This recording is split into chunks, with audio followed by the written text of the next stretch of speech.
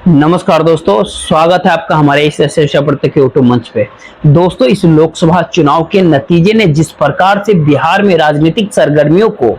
एकदम से बदल दिया, वो पूरी राजनीतिक माहौल के भीतर जिसे चैंपियन माना जा रहा था उसे राजनीतिक तौर पर सबसे नीचे खड़ा कर दिया। अब वही पार्टी आज जिस प्रकार से पटना हाई कोर्ट ने एक फैसला दिया, उस फैसले के बाद एक राजनीतिक संजीवनी का अनुभव कर रही है। बात राष्ट्रीय जनता दल और उसके नेता तेजस्वी यादव की कर रहे हैं। तेजस्वी यादव की पार्टी लोकसभा चुनाव 2024 में जिस प्रकार से खराब परफॉर्मेंस करके आज ये दोषारोपण की स्थिति में है, भले ही इंडिया गठबंधन के लोग दोषारोपण न करें, लेकिन समाज के भीतर, वोटर्स के भीतर इस बात की चर्चा बहुत है कि आम आदमी पार्टी और राष्ट्रीय जनता दल ने यदि ठीक ठाक परफॉर्म किया होता तो इंडिया गठबंधन की सरकार पहले दिन ही बन गई होती। 2-4-6 महीने के लिए इंतजार नहीं करना पड़ता, ये सरकार गिरेगी तब बनेगी। और वही राजनीतिक दल, वही पॉलिटिकल पार्टी जिसे लोग ये मानकर चल रहे थे कि ये पॉलिटिकल पार्टी अंतिम दौर में जा रहा है, आज पटना हाईकोर्ट ने आरक्षण के ऊपर जिस प्रकार से फैसला दिया,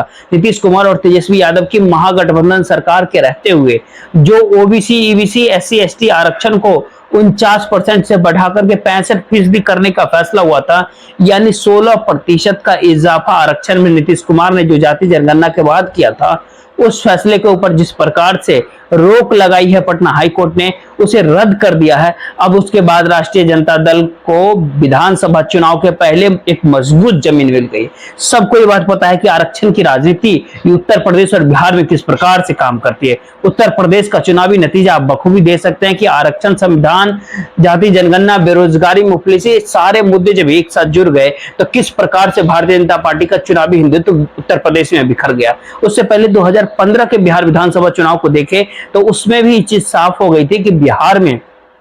मोहन भागवत के आरक्षण के विवाद ने पूरा का पूरा चुनाव ही पलट दिया और भारतीय जनता पार्टी 185 प्लस का जो नारा लगा रही थी, लेकिन उसको केवल 53 सीटों पर संतोष करना पड़ा था 2015 के बिहार विधानसभा चुनाव में। और 243 के सदस्य की में उसमें 53, यानी लालू और नीतीश कुमार ने 3/4 2015 में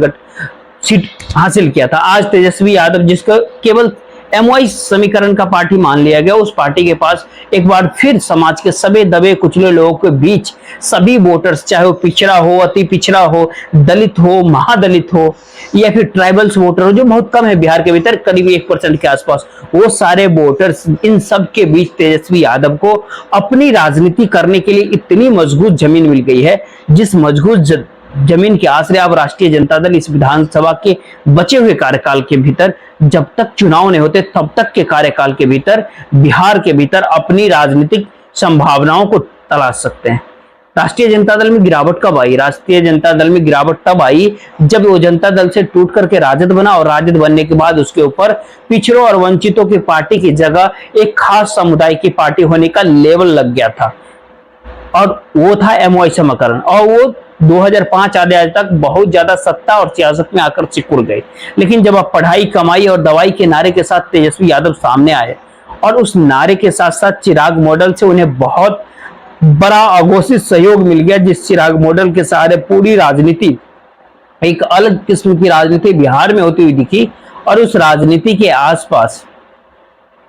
जब बिहार के मंडल पॉलिटिक्स को नए सिरे से परिभाषित करने की कोशिश में लालू यादव के बेटे तेजस्वी यादव ने बिहार में नीतीश कुमार जैसे मजे हुए राजनेता को पानी तक पिला दिया, तब यह माना गया कि तेजस्वी यादव, जो लालू यादव के जेल में रहते हुए भी सरकार बनाने के बेहद करीब तक पहुंच गए थे, उनको आप खारिज नहीं कर सकते।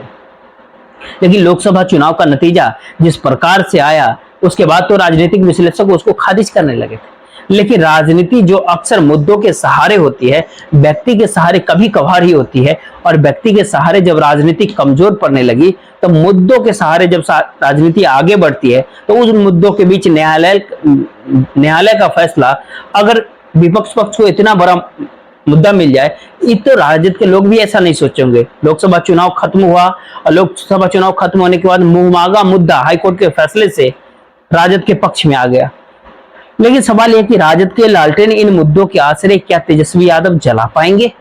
सवाल अगला यह भी है कि जिन मुद्दों के आश्रय राष्ट्रीय जनता दल अपने आप को पिछले कई चुनाव से, चाहे 2009 या 2014 या 2019 या 2024 का लोकसभा चुनाव हो, जिसमें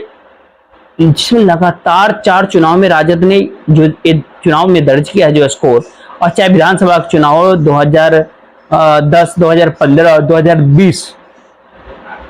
और ये 3 बिहार विधानसभा चुनाव को अगर देखें तो इन 3 चुनावों में 2010 में तो केवल 22 सीट पे राजद सिमट गई थी, विपक्ष का दर्जा भी नहीं मिला था। तब नीतीश कुमार के चरम उत्कर्ष का दौर था, उनकी लोकप्रियता का चरम उत्कर्ष था। 2015 में जो सफलता मिली, सिंगल लार्जेस्ट पार्टी को वो चेहरा नीतीश कुमार का ही था, और 2020 में जो सफलता मिली उसमें चिराग मॉडल का भी कंट्रीब्यूशन बहुत ज्यादा था बिहार विधानसभा के अंदर। अब तेजस्वी यादव जो जिस नए क्लेवर में विधानसभा के भीतर नजर आएंगे, सवाल यही है कि विधानसभा के भीतर उनकी आरक्षण के मुद्दे के ऊपर, सामाजिक समीकरण के मुद्दे के ऊपर, मंडल पॉलिटिक्स के ऊपर जो उनकी आक्रामकता होगी, वो आक्रामकता अगर लोकतांत्रिक दायरे के भीतर वंचितों की आवाज उठाने की परिभाषा में बिल्कुल अखिलेश यादव की तरह अगर हुई, जहां उन्होंने अपने परिवार के बाहर यादव में समुदाय मतलब किसी दूसरे को अगर टिकट नहीं दिया, उस स्थिति तक अगर जाते हुए दिखी, तो निश्चित ही तौर पर तेजस्वी यादव बिहार की राजनीति में कोई बहुत बड़ा राजनीतिक चमत्कार करते हुए दिखाई दे सकते हैं। ये बहुत मुश्किल काम नहीं है, लेकिन राष्ट्रीय जनता दल की जो प्रकृति है, जो राष्ट्रीय जनता दल की राजनीति का जो मिजाज है, उस मिजाज के अंदर मंडल पॉलिटिक्स को नए सिरे से चुनावी हिंदुत्व के दौर में नरेंद्र मोदी के प्रधानमंत्री पद पर रहते हुए यदि वह विधानसभा चुनाव तक सत्ता इंडिया गठबंधन के बन भी जाए, तो उन परिस्थिति के भीतर नीतीश कुमार के चेहरे के आश्रय,